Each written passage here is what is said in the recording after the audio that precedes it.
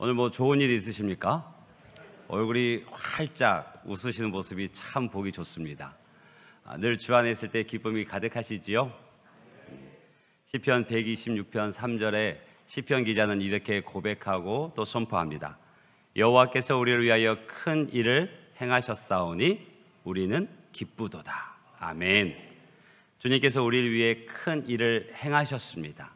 또 이 순간에도 또 우리의 미래에도 그 큰 일을 행하실 줄로 믿습니다. 그러기에 주를 믿는 우리는 늘 기쁨이 가득한 인생인 줄로 믿습니다. 이 시편 126편의 이 시는 이스라엘 백성이 포로로 끌려갔던 곳에서 다시 돌아오면서 다시 그 포로 귀환이 되어지면서 이 순간 그 순간이 너무 꿈만 같았다라고 얘기해요. 그리고 그렇게 그 꿈만 같은 그 일, 다시 본토로 돌아오는 그 은혜가 너무 내게 가득해서 입에 웃음이 가득하고 우리 혀에는 찬양이 찼었다라고 얘기해요. 그 은혜가 우리 가운데 있는 줄로 믿습니다. 우리는 죽을 수밖에 없는 죄와 사망의 권세 아래에 있는 내일이 없고 또 미래를 보장할 수 없는 그 삶 속에 있었지만 오직 예수 그리스도를 통해서 우리에게 새 생명, 새 삶이 주어진 하나님의 자녀인 줄로 믿습니다. 그 은혜가 있어서 우리 입에는 웃음이 또 우리 혀에는 찬양이 가득한 줄로 믿습니다. 그 영적인 구원뿐 아니라 우리의 삶에도 하나님께서 부르시는 자의 음성을 들으시고 그 전등의 손길로 인도하여 주시기에 우리를 건져주시기에 그 기쁨이 우리 안에 간증이 되어지고 하나님께 올려드리는 찬송이 되어지는 줄로 믿습니다. 꿈만 같은 일들 우리 가운데 있으시지요? 그 입술에 웃음이 가득하시지요? 그 혀에 찬양이 가득 차시지요? 그렇게 우리는 늘 기쁘고 복된 인생 살아가는 하나님의 자녀인 줄로 믿습니다. 또 그렇게 되시기를 축복합니다. 여러분, 동상이몽이라는 말 뜻 잘 아시죠? 같은 침상에서 서로 다른 꿈을 꾼다. 같은 상황에서 다른 것을 생각하고 보는 것을 동상이몽이라고 얘기합니다. 오늘 우리가 함께 읽었던 본문의 말씀은 예수님과 제자들의 동상이몽을 배경으로 해서 시작되어집니다. 지금 예수님께서 당신의 죽음을, 그 십자가의 죽음을 미리 사랑하는 제자들에게 따로 불러서 말씀하고 계세요. 왜 예수님께서 제자들을 따로 불러서 당신의 죽음을 또 당신의 그 십자가에 되어질 일들을 말씀하실까요? 그것은 제자들에게 마음의 준비를 시키는 거예요. 그 예루살렘으로 올라가는 그 길에서 제자들에게 경각심을 주고 메시아의 죽음과 부활에 대해서 확실하게 그리고 주의 깊게 인지시키고자 하셨던 거죠. 그리고 그 주님의 십자가의 희생이 우연이나 사람들이 말하는 허구가 아니라 하나님께서 계획하신 일들 속에서 일어났음을, 그리고 본인이 주님이 그 십자가의 희생을 알면서도 묵묵히 걸어가는 예수님이 하나님에 대한 순종과 헌신 그리고 우리 인간에 대한 사랑을 확인시켜 주시기 위함이었습니다. 그런데 그때에 20절에 보게 되면 그 말씀이 맞춰지는 그때에 야고보와 요한의 어머니 살로메가 주님의 나라가 임하실 때, 주님의 나라가 이 땅 가운데 도래할 때 내 사랑하는 아들 야고보와 요한을 주님의 오른편에, 주님의 좌편에 앉혀주십시오라고 얘기해요. 왜 앉혀달라고 할까요? 그 나라가 임하고 예수님이 왕이 되어지면 높은 자리 우리 자식들에게 주십시오라고 얘기해요. 그 참 다른 꿈을 꾸고 있죠. 그 하나님의 나라는 이 땅에 임하는 세상의 그런 왕국이 아님에도 다른 것을 생각하고 다른 청탁을 하고 있습니다. 또 주님께서는 그 청탁을 듣고 나서 당신이 마실 그 고난과 십자가의 잔을 얘기하며 이 잔을 너희가 마실 수 있겠느냐라고 물으세요. 그런데 그들이 또 다른 꿈을 꿔요.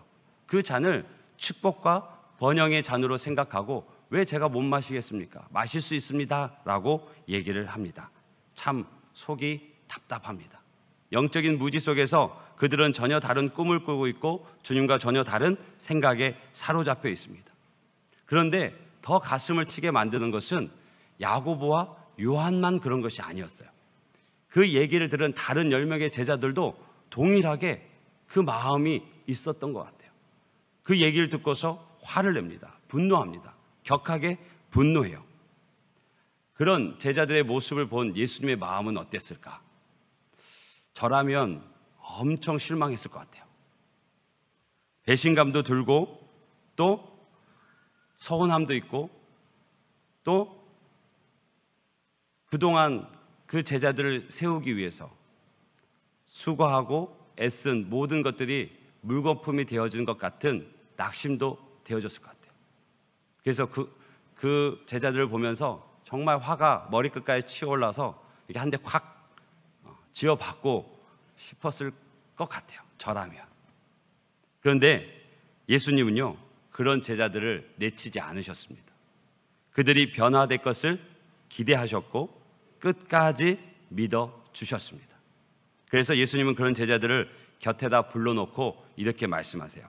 얘들아, 세상의 법칙은 하나님을 모르는 그런 통치자들은 얼마나 위세를 부리고 그 작은 권력으로도 백성들을 마구 함부로 하는 것을 너희가 보지 않았느냐? 너희도 알지 않느냐?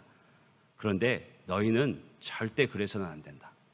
누구든지 크고자 하면 섬기는 사람이 되고 너희 중에 누구든지 첫째가 되고자 하면 먼저 종이 되어야 한다. 인자가 내가 한 일이 바로 그것이다. 나는 섬김을 받으려 온 것이 아니라 도리어 섬기려 하고 많은 이들의 그 죄값을 위해서 내 목숨을 기꺼이 내어 놓는다라고 말씀을 하고 계신 거예요. 여러분, 예수님께서 제자들에게 공동체의 전혀 다른 새로운 삶의 법칙을 말씀하고 계신 것입니다. 성경에서 매우 중요한 삶의 원리가 요한복음 3장 16절 또 요한일서 3장 16절에 그대로 나와 있는데요. 여러분, 요한복음 3장 16절은 다 아시지요? 한번 같이 암송해 볼까요? 준비, 빨리 생각해 보세요. 생각해 보세요. 하나님이 시작합니다. 자, 준비, 시작.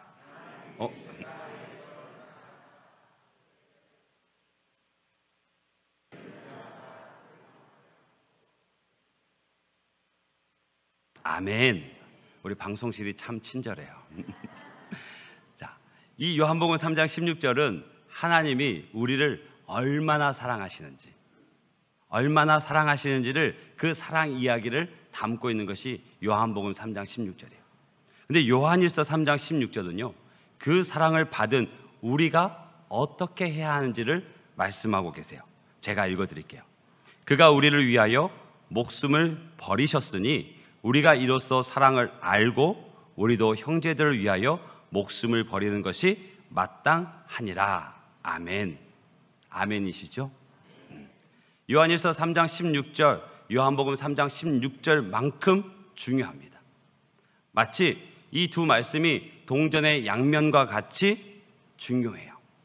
우리가 요한복음 3장 16절에서 하나님께서 우리를 얼마나 사랑하셨는지를 듣고 알게 되어졌다면 요한일서 3장 16절, 하나님의 사랑을 받은 사람으로서 그 사랑을 통해서 진정한 사랑을 흘려보내는 축복의 통로가, 사랑의 통로가 되어져야 될 줄로 믿습니다.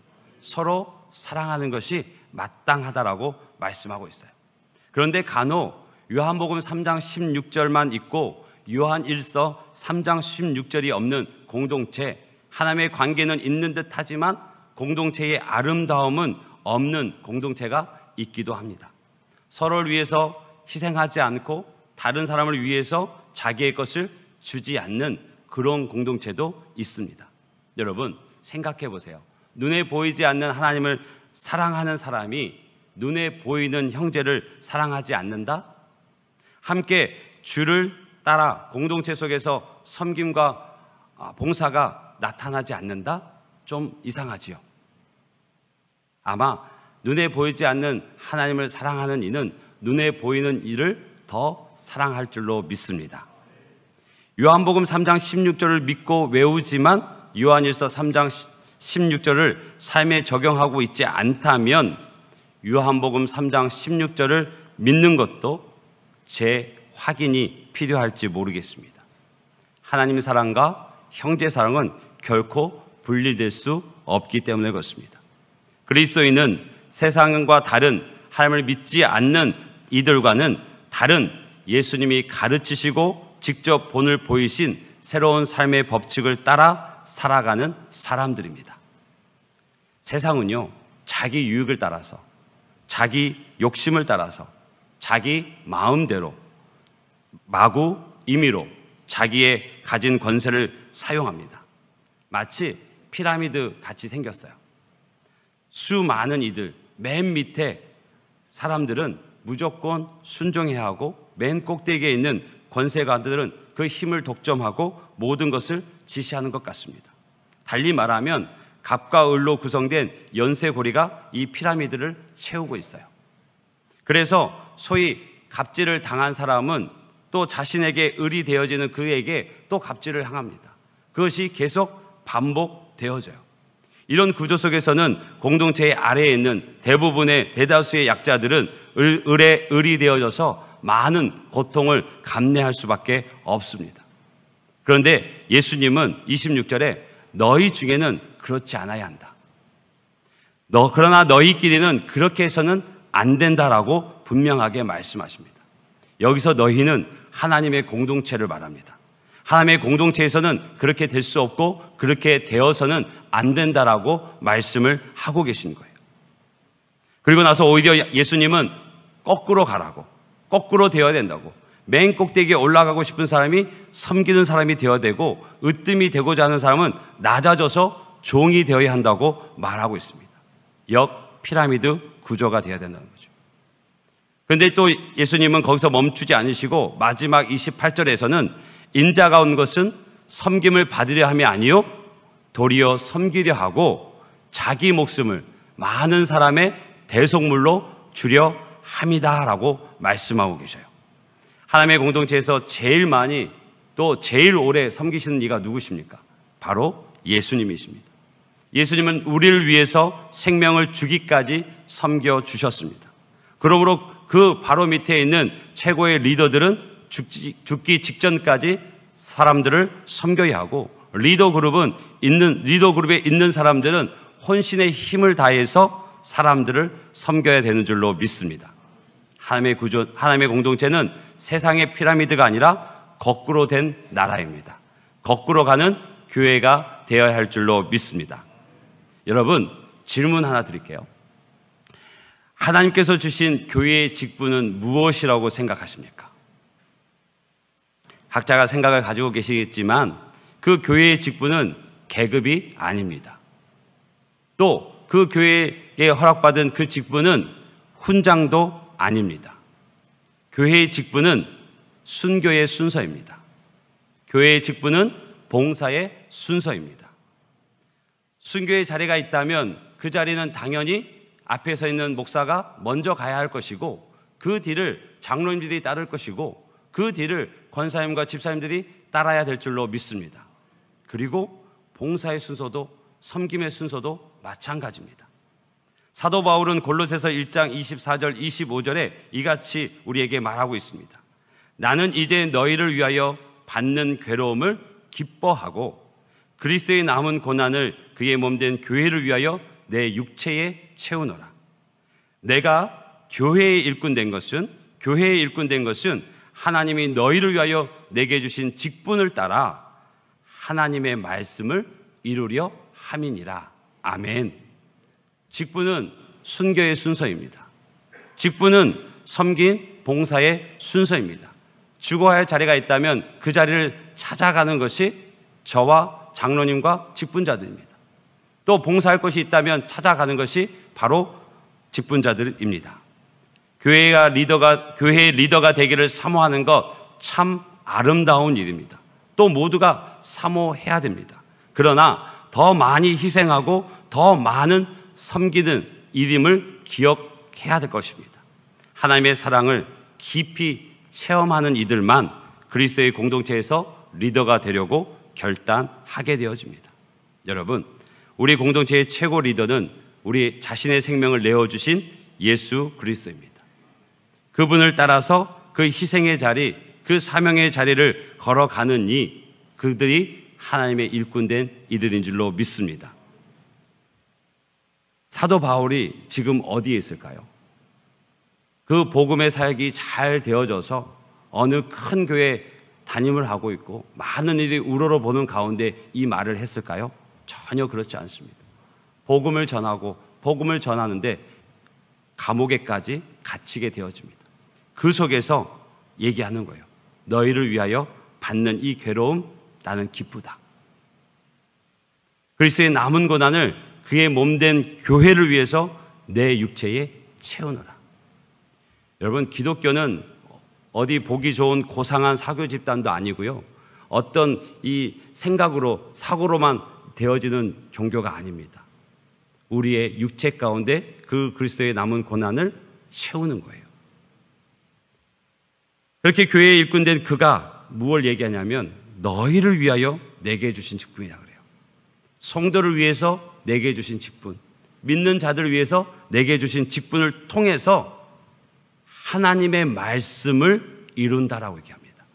바라기는 우리 모두가 하나님의 말씀을 이루는 하나님의 충성스러운 일꾼 되어지시기를 주님으로 축복합니다. 지난 2000년 동안 수많은 사람들이 예수 그리스도를 위해서 자기 생명을 바쳤습니다.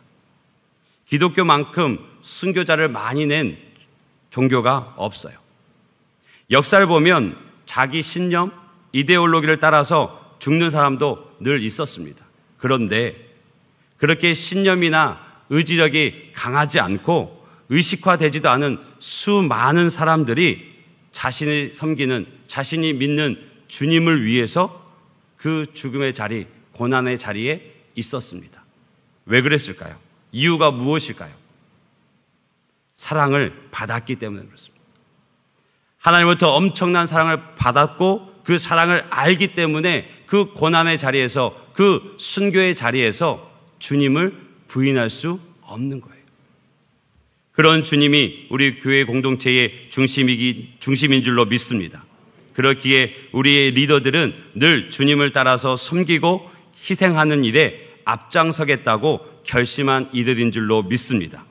그런 리더들이 있는 교회, 그런 이들이 많은 교회가 건강한 교회고 성경적인 교회인 줄로 믿습니다. 우리가 주님께서 말씀하시고 주님께서 친히 보여주신 그 새로운 삶의 방식을 따를 때 우리에게는 어떤 유익이 있을까요? 우리에게는 어떤 하나님의 약속이 있을까요?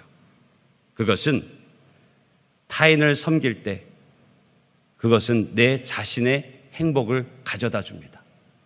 신명기 10장 13절의 말씀을 한번 같이 읽어보겠습니다. 시작.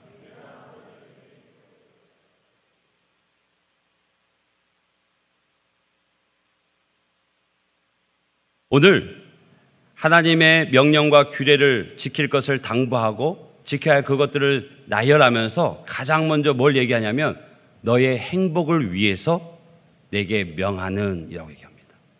그 내용들 중에 신명기 10장 18절 19절은 고아와 과부를 위하여 정의를 행하시며 나그네를 사랑하며 그에게 떡과 옷을 주시나니 너희는 나그네를 사랑하라. 전에 너희도 애굽 땅에서 나그네 되었음이니라. 무슨 말이에요? 너희가 고아와 과부, 약자를 섬겨야 할 이유를 알지 않니? 너희도 전에는 돌봄이 필요한 연약한 자들이었어. 그런데 내가 너를 구원해주고 너를 나의 백성으로 삼아 주었으니 이제는 너희들이 그런 약자들을 돌아보는데 너희들의 마음을 두고 눈을 두어야 한다라고 말씀하고 계신 거예요. 고아와 과부를, 약자를 섬기는데 섬겨야 하는 그 더 중요한 이유는 13절에서 우리가 읽었듯이 명시하고 있습니다. 내가 오늘 너의 행복을 위해서 이웃을 섬기는 것, 타인을 섬기는 것, 그것이 바로 너의 행복이라고. 남들을 섬기는 것이 바로 나의 행복을 위한 것이라고 분명하게 말씀하고 있습니다. 여러분, 한번 해보십시오. 말씀을 말씀대로 믿고 한번 해보십시오. 두 손 두 발을 가지고 한번 해보시면 좋겠습니다. 계속 언제까지 이렇게 말을 해야 될까요? 섬김의 삶을 살아갈 줄로 믿습니다. 아멘. 또 타인을 섬길 때 하나님께서 우리에게 알려주신 새로운 삶의 법칙을 따를 때 그것이 곧 예수님을 섬기는 것입니다. 고린도전서 12장 5절 6절을 보면 직분은 여러 가지나 주는 같으며 사역은 여러 가지나 모든 것을 모든 사람 가운데서 이루시는 하나님은 같으니. 고린도전서 12장 5절만 세번역으로 좀 다시 보면 섬기는 일은 여러 가지지만 섬김을 받으시는 분은 같은 주님이십니다. 즉 우리가 섬기는 그것, 그 대상이 주님이라고 말씀하고 계세요. 여러분, 저는 하나님의 말씀을 전하는 그 일에 부르심을 입었습니다. 그러면 늦은 시간까지 설교를 준비하고 새벽에 일어나서 설교를 다듬고 이렇게 전하는 것, 주님을 섬기는 일이에요. 우리 성가대가 이른 시간부터 나와서 풀리지 않는 목을 풀어가면서 힘써 찬양하는 것, 주님을 섬기는 일이에요. 지금 냄새가 혹시 올라옵니까? 주방에서 맛있는 밥을 짓고 있어요? 주님을 섬기는 일이에요. 저 뒤에 잘 우리는 보이지 않는 방송실이 있어요. 우리 방송실 한번 그 자리에 한번 일어나 보실래요? 자, 한번 뒤로 한번 고개를 돌려 한번 봐보세요. 그리고 박수 한번 하시죠. 방송실이 참 은혜 받기도 기업이 많은 곳이 방송실이에요. 방송실 정말 잘하잖아요. 아무 티가 안 납니다. 잘못하잖아요. 티가 확 나요. 참 힘들어요. 보시면 격려해 주세요. 아마 저분들은 방송 그 기기 위에다가 손을 얹고 기도하고 있을 거예요. 제발 에러 나지 마라. 제발 잘 되어라. 늘 예배 전부터 긴장하고 준비하고 예배 마치는 순간까지 저 자리를 지키고 있습니다. 저것이 주님을 섬기는 거예요. 제가 다 말씀 못 드리지만 우리가 하는 그 모든 섬김이 주님을 섬기는 일입니다. 정말 작은 자에게 물 한 잔 대접하는 것도 주님을 대접하는 거예요. 바라기는 주님을 섬기고 주님을 대접하는 일들이 우리 인생 가운데, 우리의 삶 가운데 더 자연스러워지고 더 많아지기를 주님으로 축복합니다. 그래서 우리 그리스도인들은 교회 생활에서 어떤 경우에도 이 사랑과 섬김, 사랑과 봉사가 빠질 수가 없습니다. 무릇 교회에 다니는 그리스도인이라면 예배당에 떨어진, 주차장에 떨어진 쓰레기 줍는 봉사라도 해야 돼요. 떨어진 그것을 줍기 위해 허리를 굽히는 것, 주님 앞에 굽힌 줄로 믿습니다. 그렇죠? 그 작은 봉사라도 우리 안에서 자연스러워져야 되고 익숙해져야 됩니다. 여러분, 인간의 마음이 그래도 가장 덜 이기적일 수 있는 곳이 어딜까요? 교회예요. 근데 그곳에조차도 사랑과 섬김의 봉사가 스스로 훈련되지 않는다면 이기적인 세상 속에서 어떻게 참된 사랑과 섬김을 나는 삶이 가능하겠습니까? 불가능해요. 한 번은, 두 번은 가능할지 모르지만 힘들어요. 바라기는 우리 교회 안에서, 우리 공동체 안에서 그 섬김과 사랑의 훈련이 스스로 되어지고 내 몸에 배어져서 바깥에서 누굴 만나든, 직장에서 누굴 만나든, 세상에 누굴 만나든 그 섬김의 DNA가 나오기를 주님으로 축복합니다. 소리 없이, 빛도 없이, 보이지 않는 곳에서도 하기 싫을 때도 자기 일을 행함으로써 주님의 몸된 교회를 바르게 일구어가는 진주관리교회 모든 성도들이 되어주시기를 주님으로 축복합니다. 제가 주일 설교 요약에도 적어놨지만 우리가 인생의 의미를 바로 아는 것이 무엇보다 중요한데 그것에서 핵심 두 가지가 바로 사랑과 섬김입니다. 좋은 교회는요, 건물이 크거나 또 출석교인이 많거나 천문학적인 액수의 헌금이 들어오는 것이 아니에요. 지체들의, 제자들의 발을 씻겨주시고 죽기까지 생명을 내어주신, 스스로 그 낮은 곳인 내려가신 그 주님을 본받는 곳, 그 본받는 이들이 많은 곳이 교회고 건강한 교회가 되는 줄로 믿습니다. 그래서 우리는 늘 삶의 걸음 속에서 개인적으로 큐티를 하시든 말씀을 읽으시든 설교를 들으시든 그 말씀 속에서 우리는 끊임없이 고민하고 또 숙고해야 됩니다. 무엇을 숙고하느냐? 내가 지금 해야 할 일이 무엇인지. 그래서 그 숙고함 가운데 시편 94편 9절 듣지 아니하시랴 눈을 만드신 이가 보지 아니하시랴. 우리가 생각 말씀을 통해서 또 내 개인적인 개인 큐티를 통해서 내게 주시는 그 말씀이 있으셔요. 그 말씀을 통해서 우리가 먼저 생각할 것은 내 귀를 만드신 이가 듣지 않겠는가? 내 입을 만드신 이가 눈을 만드신 이가 보지 않겠는가를 생각하며 내가 지금 해야 할 일이 무엇인지, 내가 지금 섬겨야 할 자리가 무엇인지를 생각하는 저와 여러분 되시기를 주님으로 축복합니다. 그러면 눈을 지으신 이가 보시고 귀를 들으신 이가 보시고 샘하시는 하나님께서 그 믿는 자들을 통해서 하나님의 나라를 더욱 힘있게 임하게 하실 줄로 믿습니다. 우리가 새로운 삶의 법칙을 따를 때 행복이 찾아옵니다. 우리가 새로운 삶의 법칙을 힘써 따라갈 때 예수님을 섬기게 되어지고 예수님을 진짜 사랑하게 되어집니다. 바라기는 하나님의 왕관의 보석 같으신 성도님 한 분 한 분이 모두 행복을 누리기를 주님으로 축복합니다.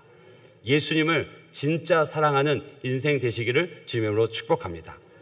우리 이 시간 함께 찬양할 텐데요, 그 찬양의 가사가 이렇습니다.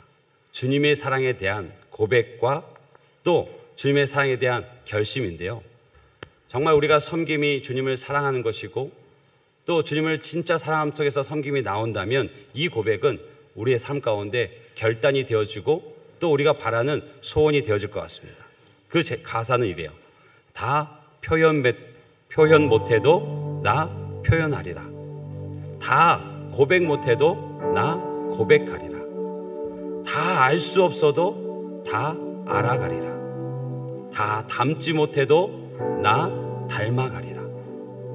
그 사랑 얼마나 아름다운지, 그 사랑 얼마나 날 부요하게 하는지, 그 사랑 얼마나 크고 놀라운지를, 그 사랑 얼마나 나를 감격하게 하는지를 우리의 고백과 결단이 되어주고 주 앞에 올려드리는 우리의 삶의 모습이 되어지기를 간절히 소원합니다.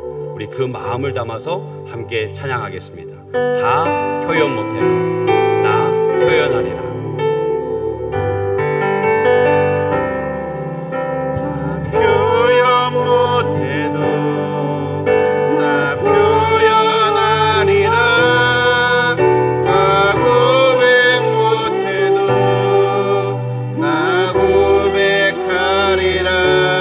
알 수 없어도 나 알아가리라.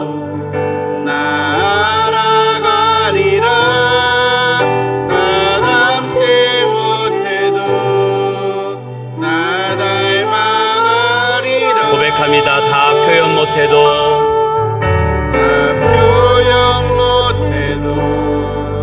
나 표현하리라. 다 고백할 수 없지만 나 고백하겠습니다. 나 고백하리라. 그 사랑 다 알 수 없어도 나는 계속 알아가겠습니다. 비록 다 닮지 못해도 닮아가는 그 걸음 멈추지 않겠습니다. 그 사랑 얼마나 아름다운지,